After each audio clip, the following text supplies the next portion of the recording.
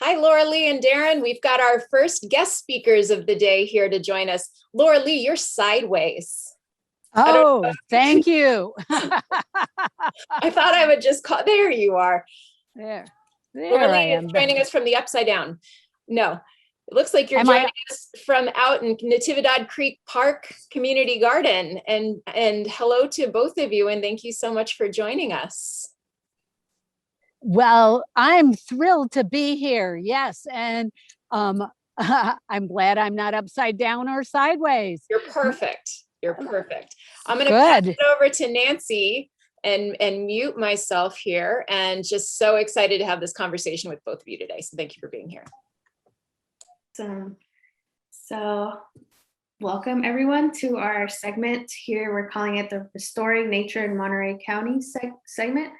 So in honor of Earth Day, we wanted to share, we kind of wanted to have a place to share all the amazing things that are happening here in Monterey County when it comes to restoration. And we saw in those videos that there's a lot of great stuff happening at Elkhorn Slough and at local beaches. And so we're going to be answering the question, what does natural restoration look like in Monterey County, and what can we do to help? So we have our special guest speakers here. We have Laura Lee Lienk, who is the director of Return of the Natives, and we have Darren Gross, or how do you pronounce your last name? It's Gross. Yeah, Darren Gross. Okay, cool. Darren Gross he's a wildlife biologist from the Ventana Wildlife Society. So we're super grateful that they both have taken the time to join us today to have this conversation. And so before we dive into the conversation and the introduction slides from both our guests, we're going to talk about what the word restore even means for those of us who aren't familiar with this type of work.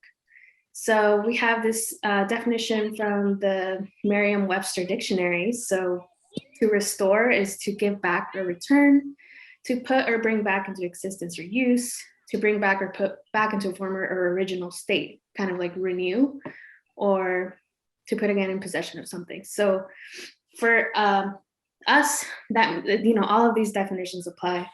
And for MEarth, it is definitely, we wouldn't be here without the restoration that has happened here on this habitat.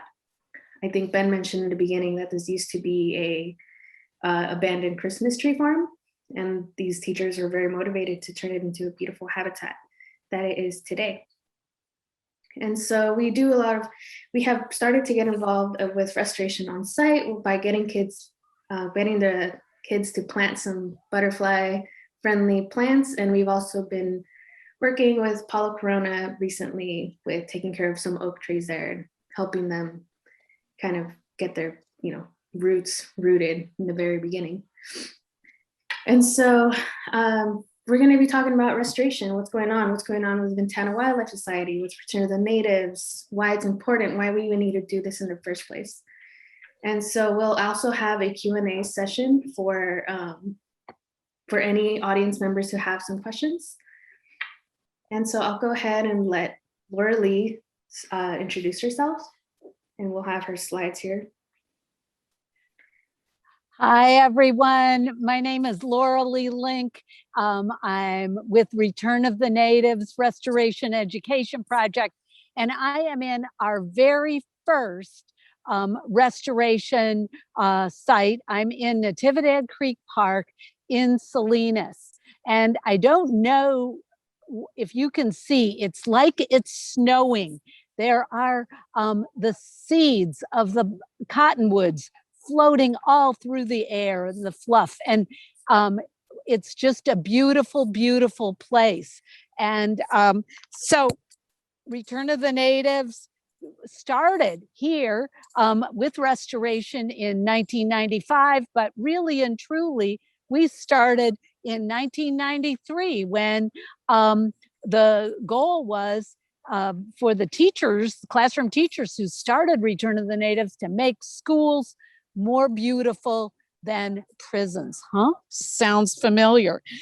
Since that time, we've brought over 100,000 students out to the parks, to beaches, to the lands of our partners, and we're part now of CSU Monterey Bay. And I've got a slide here. Our next slide shows all of our many partners. And there are people that many of you locally know, like the Big Sur Land Trust and the Bureau of Land Management and California State Parks and Central Coast Wetlands Group and the UC Preserve and U.S. Fish and Wildlife Service. I too have a little video that I think Nancy may be able to cue up to show what we are doing here right now. And then I'll be back. Sounds good, Laura Lee. We'll go ahead and get that video up. Hi, my name is Asa, and I am CSUMB Environmental Studies graduate and a member of the Return of the Natives team. The mission of Return of the Natives is to bring people closer to nature and nature closer to people through hands-on experiences, restoring habitats, and environmental education. Ron has been part of the Monterey County community for nearly 3 decades. You may have seen us at one of our weekly planting events, where our staff and public volunteers would restore native habitat in local parks, such as Fort Ord National Monument, Marina Dunes, and Carr Lake. Our greenhouse, run by our staff and greenhouse volunteers, provide 12,000 native plants each year for these planting sites, bringing back native habitat to our community and to help endangered species such as the snowy plover. Ron also provides school programs and field trips where Monterey County students plant native plants and learn about the importance of our local ecosystems. The Ron team is composed of CSUMB students, service learners, AmeriCorps members, teachers, community members, and you. During COVID, our staff have been working hard to continue restoring our local parks, which have been visited and appreciated by numerous Monterey County residents over the past year. Please support Ron's commitment to habitat restoration with a donation to rebuild our school and community volunteer programs, which have not been possible during the COVID restrictions. To make a donation, you can visit our donation page. You can also follow us on Instagram and Facebook to learn more about native California plants and support us through the online Banff Film Festival using this link. Thank you for helping Ron continue its mission of supporting our restoration efforts in Monterey County.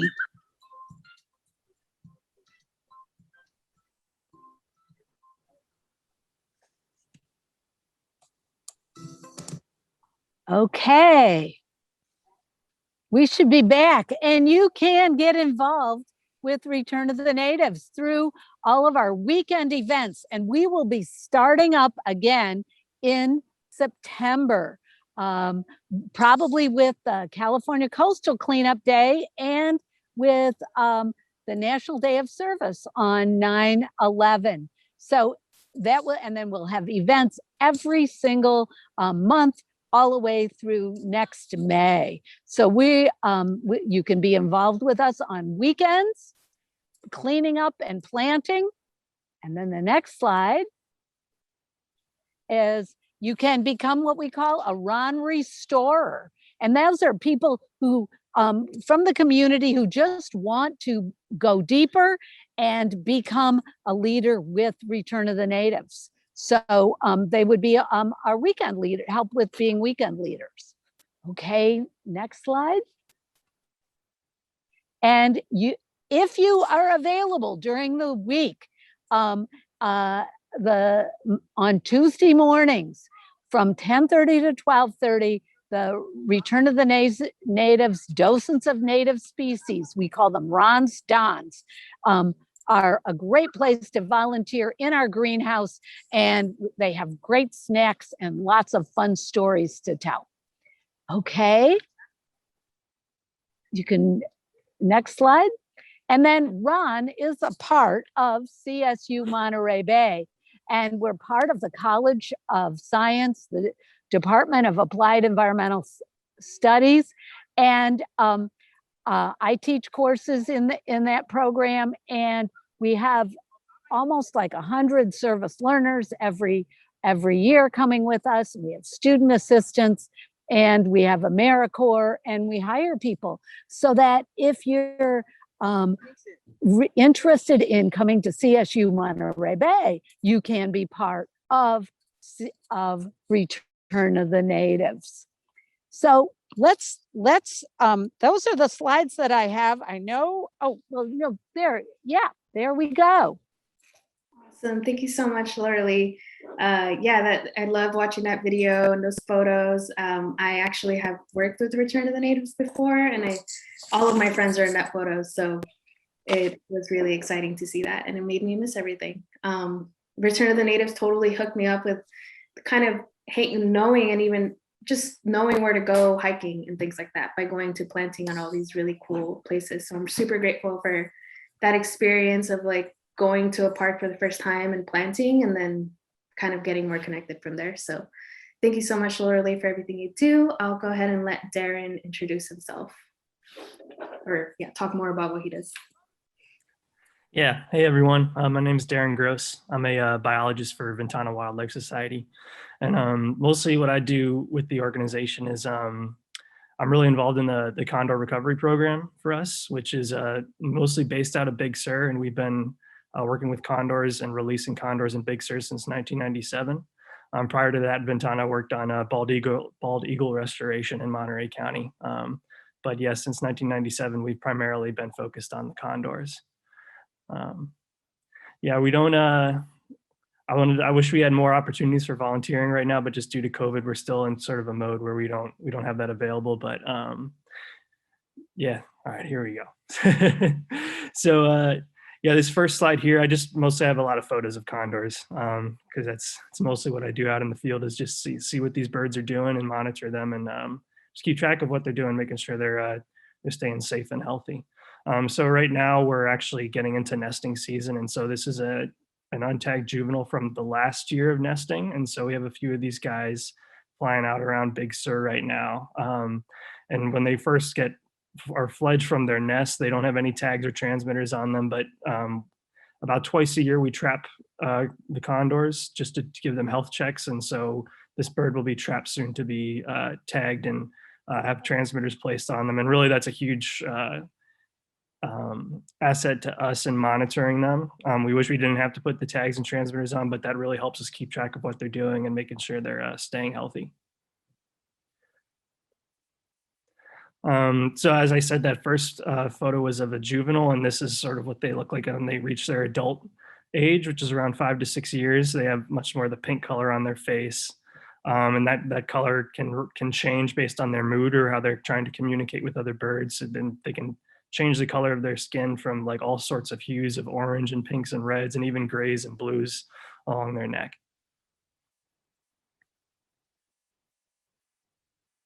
So just kind of to give you an idea of where the condor population was and where it is now. So in 1987, there are only 27 condors left in the whole world, and they were all brought into captivity to start a captive breeding program, which today there's still a large captive breeding program of 175 birds, but the wild population now in total is 326 birds. And here in Central California, we have 90 birds between the birds that Ventana Wildlife Society manages here on Big Sur, and then our partners, Pinnacles National Park, they manage the birds over inland a bit in that park. And this is a photo from years back, just showing sort of what the condors will eat along the coast. So they'll mainly feed on things like seals and sea lions that wash up, but also a whale if they're lucky, if one washes up. And really something I'll talk more about today is the condors are really well equipped to clean up animals like dead whales or seals that come up on shore, like much better than a lot of the other scavengers are. And something else we do to restore the condor population to Monterey County is every year we release between 5 to 9 birds that have been brought to us from the captive breeding program. And they're usually about 2 years of age. And so the photo here is of 4 birds that we released this past fall south of Monterey County, closer to San Simeon, but actually they're starting to move their way up into Big Sur. And just a few weeks ago, we had one of these birds at our Big Sur field site. Feeding on some of the food that we placed there. But as I said before, right now we're getting into nesting season. So we're starting to monitor pairs of birds and trying to find out who's pairing with who and where their nests are. And so this is a photo of 2 birds that prior to when they laid their eggs and started incubation, these 2 birds, I believe this is 550 and 652. They started spending a ton of time together, always seen together, flying around together like this photo shows. And when they're starting to get into nesting, and how we like, one of the things we look for when they're starting to pair up is displays. And so right here, the bird all the way on the left, that is a male. His number is 204. Believe his name is Amigo, and he is displaying to 646 female Kodama. And so the males will do this sort of dance where they'll open up their wings and put their heads down and really display all those colors along their heads and neck, and sort of sway from side to side. And that's really attractive to the females, and really gets their attention. And one of the things we were trying to look for, a lot of the birds here that nest along Big Sur and in Monterey County are using cavities in redwood trees. And so this is a cavity we were searching for that pair I showed earlier, 652 and 550. We were nesting along Big Sur. We've been hiking out the past month or so into this grove of redwoods where we've been picking up their radio transmitter signals, and just looking for the cavity or a cavity where these birds could be nesting.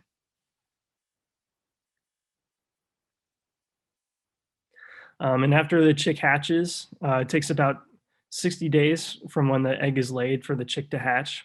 But yeah, they come out all really fuzzy, really no coloration yet, but they're really cute. It's just kind of like a big fuzzball at this time. This chick is, I believe, around 30 days old, and actually about the size of a chicken. So not to full size yet, but even when they're young, they're still growing pretty rapidly and get to a pretty good size pretty fast.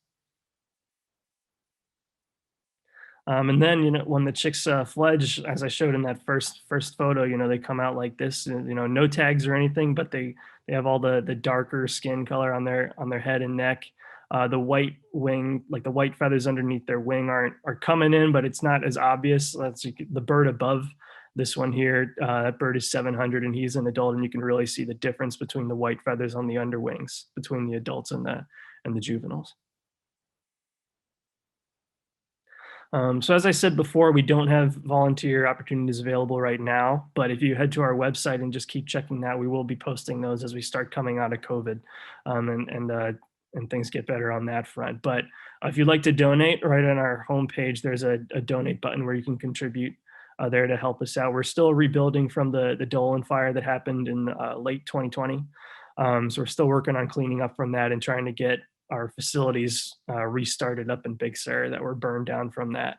But some ways that you guys can contribute and look at and just get more engaged in spotting condors and learning about them is if you're out in Big Sur or out in Pinnacles National Park and want to try to identify an individual condor that you found, you can go to this website, condorspotter.com, that was started by an amazing volunteer we have named Tim Huntington. And it sort of walks you through, how to look for what tag colors to look for, and then the numbers for that tag color, so you can identify the birds that you've seen. And if you want to see the photos that Tim takes, he's also a professional photographer. And so you can head to webnectar.com and get a lot, all the photos I use, pretty much all the photos I used in this were from him. And he takes awesome photos. So if you want to get other good looks from the condors and you can't make it out to the field to see them, that's a great way to just get better looks and see how they're doing.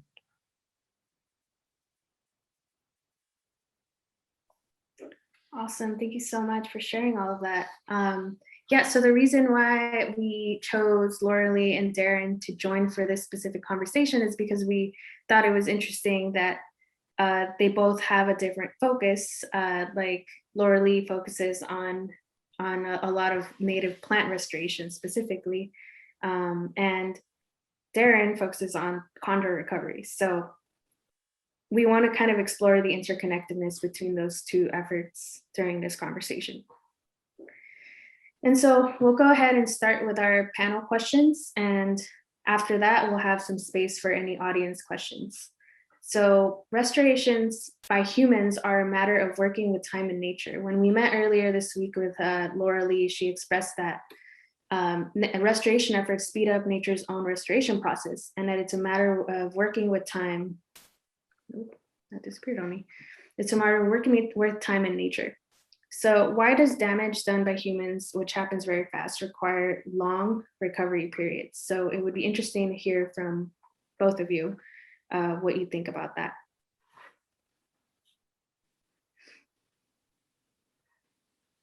Why does damage done by humans, which happens very fast, require long recovery periods. Laura Lee, I think you're muted.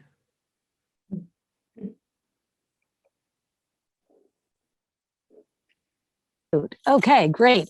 I'm out here in the field again in Natividad Creek Park, and damage happens really quickly. It could be an off-road vehicle, charging up a dune, or it could be, and these are human damages. It could be somebody starting a fire on purpose.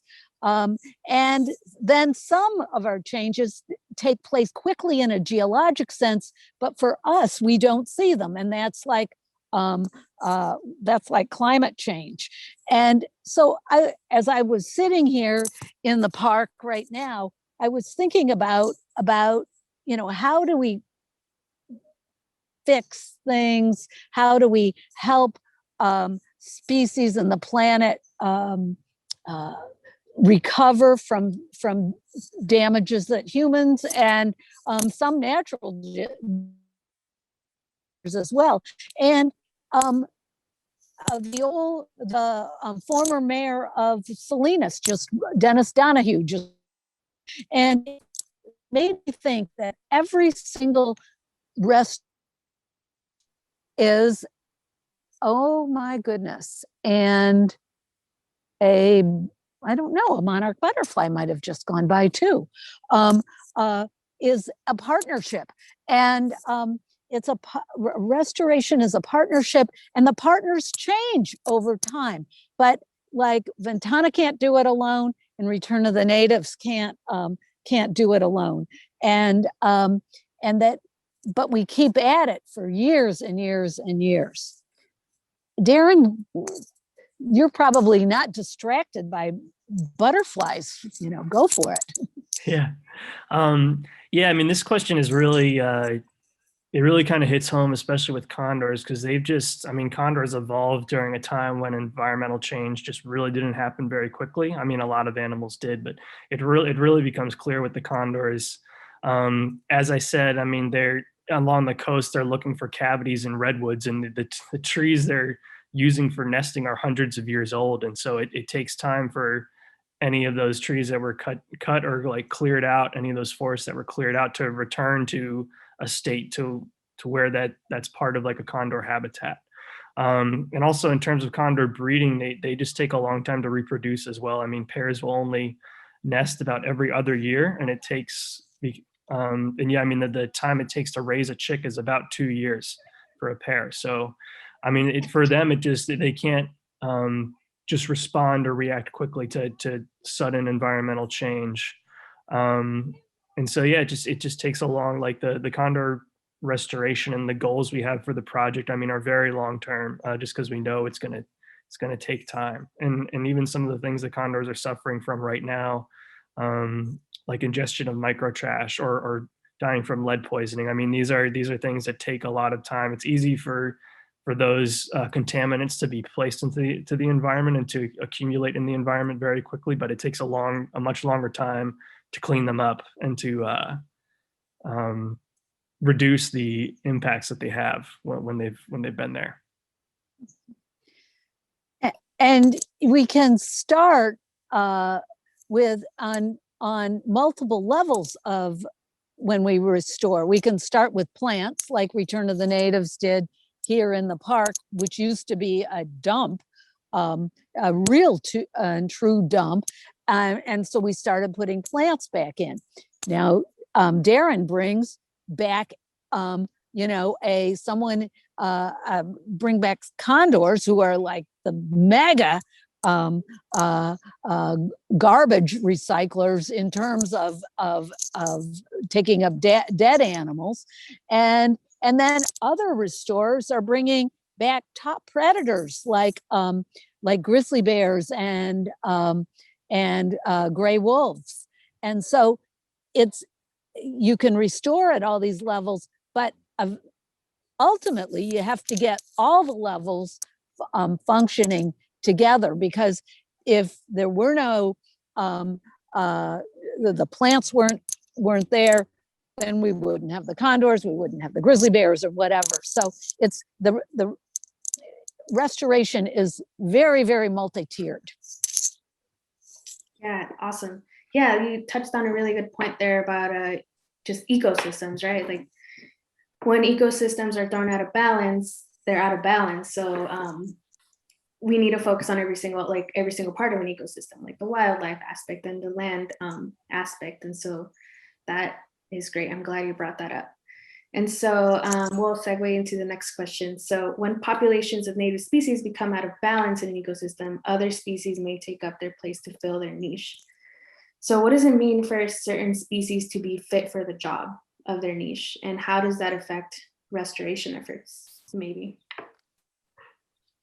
Yeah, I can speak on this one first here, but really because the condor population decreased so rapidly, like other scavenging animals have kind of tried to fill that niche of being sort of like the nature's cleanup crew. So there's tons of turkey vultures and gulls and other things along Big Sur that scavenge, and they do a good job. But as I mentioned before, condors are really equipped to clean up anything and do it quickly. So when something like a whale or a seal or sea lion washes up an animal that has, a lot of blubber or really tough skin, the condors have really strong beaks, and just because they're bigger, they can eat more of that food that's out there and faster than a turkey vulture or a gull can. So, they're really fit for the job of being this like cleanup crew for nature and for the ecosystem in Big Sur. And really, that's what we're trying to restore and maintain is the whole ecosystem by bringing condors back. They fill that niche for the ecosystem, and so they're an essential part. They're an essential presence to Big Sur and to Monterey County in filling that. Even though vultures and gulls can do somewhat of the job, they're not nearly as equipped as the condors are. And certainly plants are the basis of all ecosystems, terrestrial and aquatic. So we need them producing. That's why they call them producers. They're producing food, but they're also letting go of oxygen and they're doing essential functions also of storing compounds like carbon dioxide. And so we call their plants are carbon sequesterers. Yeah. Awesome. Yeah, so it's really cool to see that we have here someone who's dedicated to restoring producers and someone who's dedicated to recovery of decomposers, scavengers. So yeah, we need all of them. We need all of them to be in a good condition. And so we can talk more about all of this all day, but I do want to open it up to see if anyone in the audience has questions, and we can go from there. If not, then we have other questions that we can totally talk about. We do have one question. Thanks, Brianna. Go ahead. Ben asks, haven't fires been happening forever in Condor territory? What's different about the fires we have these days? Yeah, so that's a great point. I mean, condors really adapted and evolved with in a landscape where fire was really prevalent and a regular presence. The difference now is that because of basically centuries of fire suppression practices, there's a lot more fuel in the landscape for wildfires. So when they do occur, there are these massive conflagrations that really nothing in the landscape is adapted to or used to, and that goes for the condors as well. And prior to that, fires were a much more regular occurrence, and because of that, there was never that much fuel in the landscape, so they never grew very big, and they never really damaged any part of condor habitat. Like the environment and the ecosystem there was used to that. So yeah, what's different now is that just the fires get to a point where it's out of control on many levels, especially for condors and other wildlife in those ecosystems. Great. And Laura Lee, do you have anything to add about if wildfires have affected your work? I think what it is not only the wildfires, but it's the climate change that is precipitating the wildfires. And it's really affecting how, when we're planting, how we're, if we're having to water the plants that we're putting in to help them get established and everything. And we're even looking into large scale seed production. And there are other people around the country doing large scale seed production to broadcast seeds over fire sites to prevent things like debris flows and everything like that. So the field of plant restoration is very is very and in the moment right now. Thank you for that. Are there any more questions from the audience? If not, I have some questions for you. In addition to making donations, what else can we do to support? Yeah. I mean, so for Ventana Wildlife Society, donations are a huge part of it right now, but also too, one of the things we're trying to do to combat lead poisoning in condors is we have a program for hunters and ranchers that where they can come to us and get a certain amount of non-lead ammunition for free every year. So if you if you hunt, or if you know someone who hunts, please like reach out to us. I don't think I have my contact information in here somewhere, but yeah, if you participate in our program, we can get you, like, it's essentially like buying ammo from a store, but we don't charge you at all for it. So if you come to us and just let us know what you need, we can get you a certain amount of that ammunition for free every year. And yeah, please spread the word and get as many folks who would be interested involved as possible. That would help out a lot. And with, I would say, find somebody with whom you can volunteer. Right now, here in Natividad Creek Park, some of the Return of the Natives staff are here working with the little community flower and vegetable garden, and with the Blue Zones project. So, you your eyes open, and you will find places where you can volunteer now, and social media and everything will bring you to this. So it's going to open up, and though all groups need money, there's going to be lots of opportunities for you to be out there volunteering. Yeah. Okay. Awesome. Thank you so much for that. Are there any more questions, Brianna? Nope, that's it. Okay, cool. So I have a question about what are the for you specifically, what are the most noticeable human impacts that you have seen affect the specific work that you deal with? Like, is it pollution? Is it like people stepping all over the plants? Is it is it COVID? Like, what is the biggest impact? I think the biggest impact is that people don't think, and they need more experiences out of doors, but so that they can be thinking about nature, and so I think it's just kind of both ignorance and disregard, and people need to get their hands dirty and to have opportunities to really make a difference. And I think that I think that lack of opportunity, and sometimes lack of access to parks and open space builds into this whole ignorance and disregard. And so it's really important that people are educated with the real thing. Social media and television and the Nature Channel and everything are really good, and they've kind of gotten us through this past year.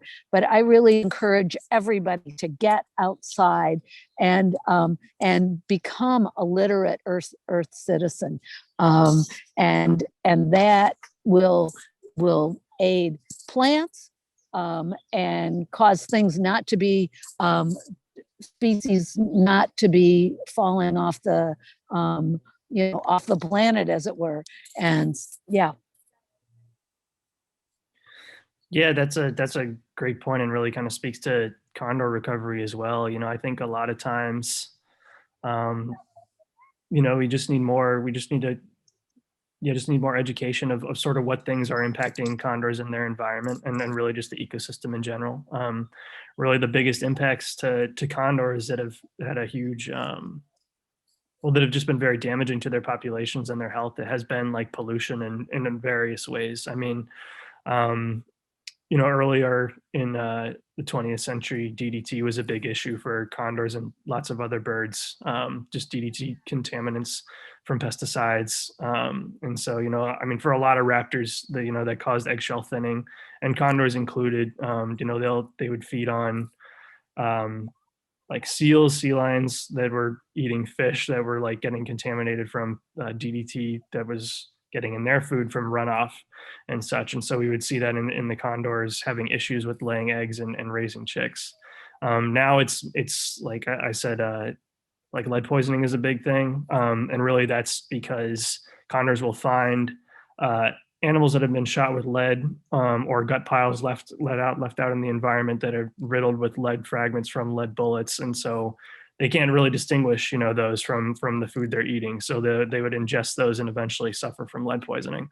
And even just littering has been a really, really bad for condors too. I mean, small pieces of plastic kind of look like bone fragments, which condors use to get sort of like a calcium supplement in their diet. And they also bring those to their chicks to help their chicks grow.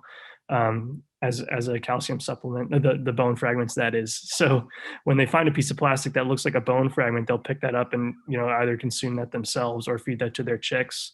And really, I mean, they're really curious. So and a lot of times even they'll just pick at trash because they don't know what it is, or they're trying to figure out what it is. And even recently we had a bird that had a can stuck to its beak for a couple weeks, and we were trying to trap that bird, and luckily we were able to. Our partners at Pinnacles National Park were able to take care of that and get the can off. But during that time the condor couldn't eat, and they can go for a while without feeding, but I mean it was cutting it close. So really just, I mean, littering has been a huge issue in addition to the lead problem. Right. I just a random thing. I keep thinking about that neck part of the condor. What is that? Oh, wait, sorry, what was that? That bump they have in their neck? Yeah. What is that thing? So they have a sort of right below their neck, they have this big crop where they store food, and kind of that's like the first part of their digestive system. So when they're eating, condors kind of, because they're scavenging, they've adapted to eat a lot at one time. And so how they've been able to manage that is as they consume food, they first store it in that crop, which really can get really big. And they can eat, so condors typically weigh between like 20 to 24 pounds or so. And they can eat about 3 to 4 pounds of food in a sitting, which is a lot for their body weight. But they'll store it in that crop, and it'll really show when after they've eaten food. But also they have these series of air sacs throughout their face and their neck. And they use that, kind of how I mentioned before, they'll change the color of their skin to communicate to other condors, like what they're feeling, or if they're challenging a bird for dominance or something, that the air sacs are a part of that too. And so they'll inflate those air sacs to express, how they're feeling and communicate with other birds. Awesome, cool. I didn't know that. Mm-hmm. Learn something new every day. Okay, cool. So I'll just ask one more question, and then we'll wrap it up here. I was wondering if there's any specific restoration effort or partnership that affects your work daily, kind of like I'd like to know a little bit about how, like, you know, what kind of partnerships are required to make these restoration or recovery efforts possible.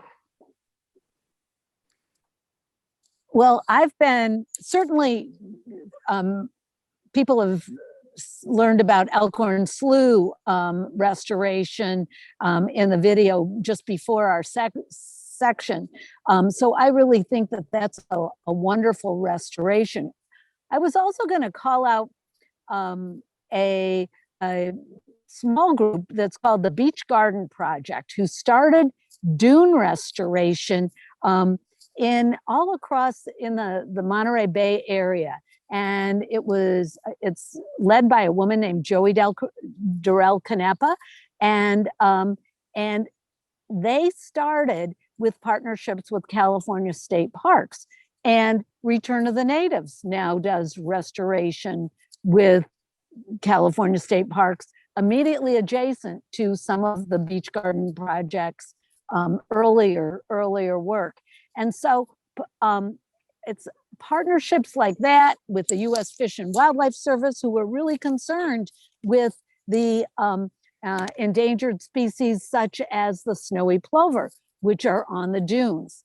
And so, so that, you know, you have all of these big federal organizations, state organizations, and then local organizations doing work together. And sometimes the partnership goes away for a bit, but the land and the need continues. So it's a long process of restoration, like we said at the beginning. Yeah. Thank you. Do you have anything to add, Darren? Yeah, I mean, for us, for Ventana, you know, a lot of our partnerships are more at that sort of national and federal level, just because the condor recovery like spans not only in California, but there's also efforts in Arizona and Utah, and those are mostly run by the Peregrine Fund. In Southern California, you know, U.S. Fish and Wildlife is responsible for that condor restoration effort. And then there's even a condor restoration in Baja, Mexico, which I believe is partnered with San Diego Zoo and one of their programs. So really the whole Condor project as a whole is a huge network of different organizations and partnerships, and where we're all communicating regularly and also sharing funding and working to support each other in bringing these birds back to their respective ecosystems. Awesome. Well, thank you both for all the work that you've done and continue to do and will continue to do for like 100 years. Here we have a slide to kind of with some links from both of our guests. So if you want to learn more, Return of the Natives has a Facebook page, and there's a lot of information there on the work that Return of the Natives is doing and what you can do to help. And ventananews.org has similar information. And so definitely check out their websites and dig in. So thank you so much for our special guests for all that you do for our environment and our community. We're all very grateful for it. And thank you, MEarth, for doing this during Earth Day. No problem. Yeah, thank you guys so much for allowing us to participate. This was a real pleasure. Yeah. Thank you so much. We'll definitely keep in contact and do more stuff in the future, hopefully. Thank you, Darren. Thank you, Laura Lee. Everybody go to their links, support their efforts. You guys are wonderful, and we're all benefiting from it. So thank you.